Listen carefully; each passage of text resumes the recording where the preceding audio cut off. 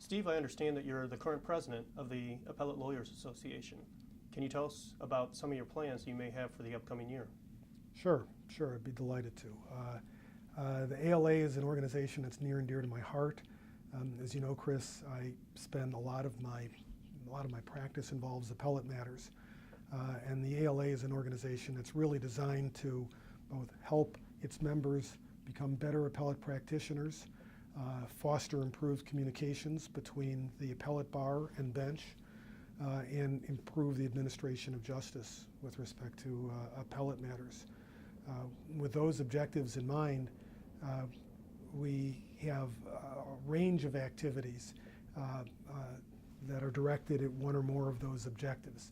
So, for example, we will be delighted to be able to say that Circuit Judge John Tinder of the United States Court of Appeals for the Seventh Circuit will be speaking to the ALA in November.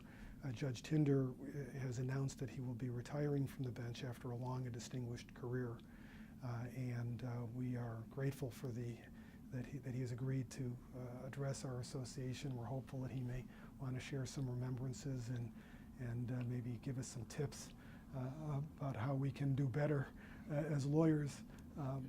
He's certainly in a great position to be able to comment on that after his many years of service. We're also going to be hearing this fall from Professor Jeffrey Stone of the University of Chicago Law School, certainly one of the leading legal scholars of his generation. Professor Stone was appointed by President Obama to serve on his 5-member National Security Agency review group, the group that analyzed privacy policies, issues relating to NSA activities that have come to the fore in light of the disclosures by Edward Snowden. So I'm sure that Professor Stone's remarks, which will focus on his experience on the NSA review group, will be fascinating. Nothing could, I think, be more timely or important than that. The ALA will also, during the coming year, engage in activities which are simultaneously designed to help develop the next generation of appellate practitioners and also help, I guess you could say, improve the current generation. We often do programs with law schools in conjunction with law schools and courts. So, for example, we have a program coming up in October in Champaign at the U of I Law School. In the morning, the 4th District Appellate Court, which normally sits in Springfield, is going to be conducting oral arguments at the University of Illinois Law School in Champaign. There will then be a luncheon following that oral argument, and the ALA will participate in that luncheon, and then there will be a seminar that afternoon where law students will be invited, but also certainly our members and other appellate practitioners, where the justices of the court will be participating as well. So it's a great opportunity, as I said, to help give law students some insight into the finer points of appellate practice, maybe even in their instance some of the basic points of appellate practice, and give our members some insights from the leading practitioners and judges in the field.